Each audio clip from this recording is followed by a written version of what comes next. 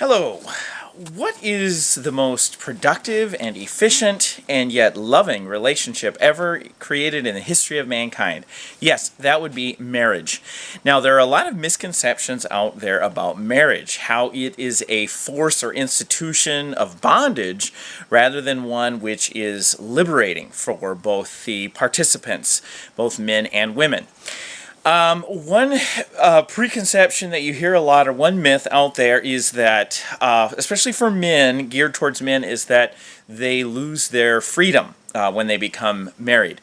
As a matter of fact, husbands gain more free time when they are married than when they are single, because when they are single, they are having to perform many more tasks, which diverts their attention from being constructive and specializing in a particular area.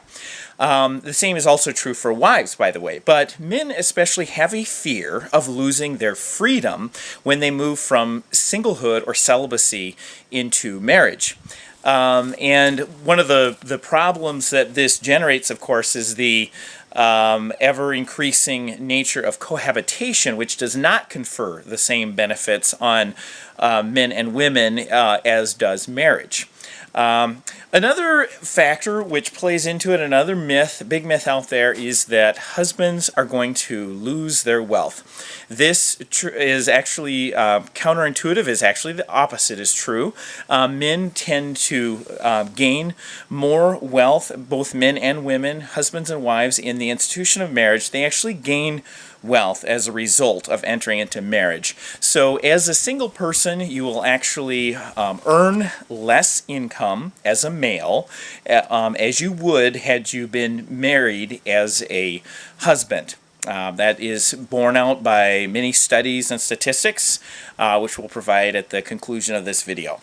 Married men in particular make more money than single men. According to Kermit and Newmark, this isn't because men with money attract women. That only accounts for about 50%.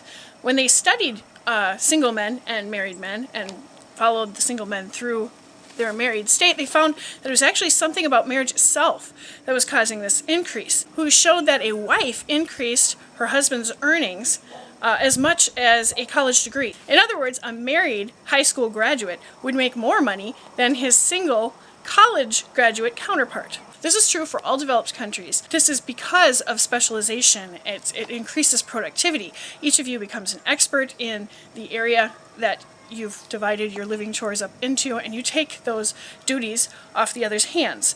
And this causes more productivity in both. Women also experience a jump in wages with marriage until they have children.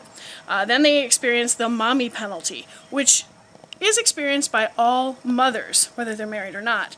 But obviously in marriage, women have men to help make up for this penalty, and they're increasing their husband's wages. The other thing that leads to more money in marriage is counterintuitive. Marriages where they share and pool their funds, they actually end up with more money.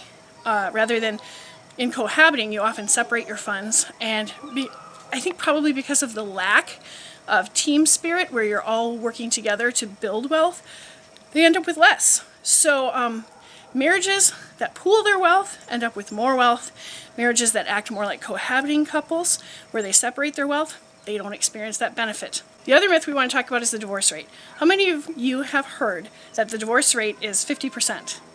That is completely untrue. It never has been true. It was based on a projection done by bad data to start with. The problem with the divorce rate is that it's compared by looking at the number of marriages and the number of divorces in 1 year. Now, most researchers will acknowledge that this is completely useless information because you're comparing two totally different generations. The people getting divorced are not the people getting married. And this is important because the divorce rate is different in every generation. So, for instance, they got that 50% divorce rate by comparing this worthless data and projecting forward and saying, if this keeps going this way, we'll reach 50%. We never did. We never have. We never will. Because my generation started lowering that divorce rate. And the generation after mine lowered it even further. Currently, based on much better research, where you actually track people and ask them and follow them to see if they've been married and how many times they've been divorced, That's much more relevant information. And that number is somewhere between 25 and 33%. Meaning, according to this data, you have a 67 to 75% chance of success. Now, considering how beneficial marriage is, those are good odds. That's a good investment. In addition, there are a number of other factors that play into this. For instance, Catholics, on a whole, have a divorce rate of 25%.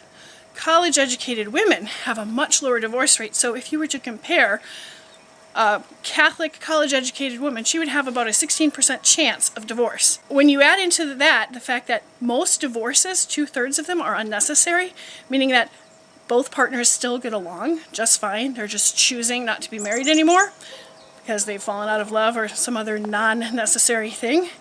You can see that these numbers can be reduced a lot further than they are. So if you're scared away by the 50% divorce rate, don't be. It's a total fiction. Also, it is believed and popularized that sex declines in the marriage estate. This, again, is patently false. The enjoyment of sex as well as the frequency of sex increases while in the status of marriage. This is true for men and women, but the myth hits men particularly hard in the United States since they feel that they would be limiting themselves, or they would not be able to enjoy sex, and again with the same frequency as they would prior to marriage. For Christians, this is also particularly troublesome because we are encouraging our young men to not engage in faithless sex prior to marriage. Yet Christians often reinforce the negative stereotypes about marriage to young single men. This is so counterproductive. Preachers and other Christian counselors need to be suggesting to men the many benefits which they will derive from being faithfully married. The last myth we want to talk about today is that marriage is a private affair. No, it isn't. It touches every public policy you can imagine, from wealth to poverty to criminal justice to education, nursing homes. It touches it all. So whether you're married or not, whether you plan on getting married or not, no matter what your lifestyle choice, you should care about marriage because it saves you money, a lot of money, on education, on nursing homes, on prisons, welfare, you name it. Love doesn't really equal love. I know that's a popular saying, but it's simply not true. Marriage provides benefits that no other relationship does. And you're not even going to see this in same-sex marriage. I know that's unpopular to say, but unfortunately it's true. Wish it weren't. It'd be nice if that could be a solution for the gay community, but it's not. One of the ways that we know that this is not a private affair, in addition to the fact that it touches every part of society, is that you go get a divorce in court, not in church, okay?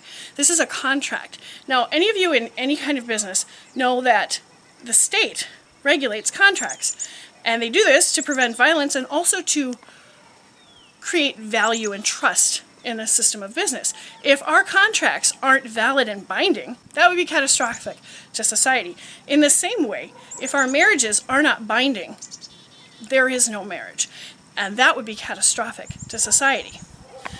Let's talk about some of the benefits of marriage that are specific to marriage, and you'll understand why that is.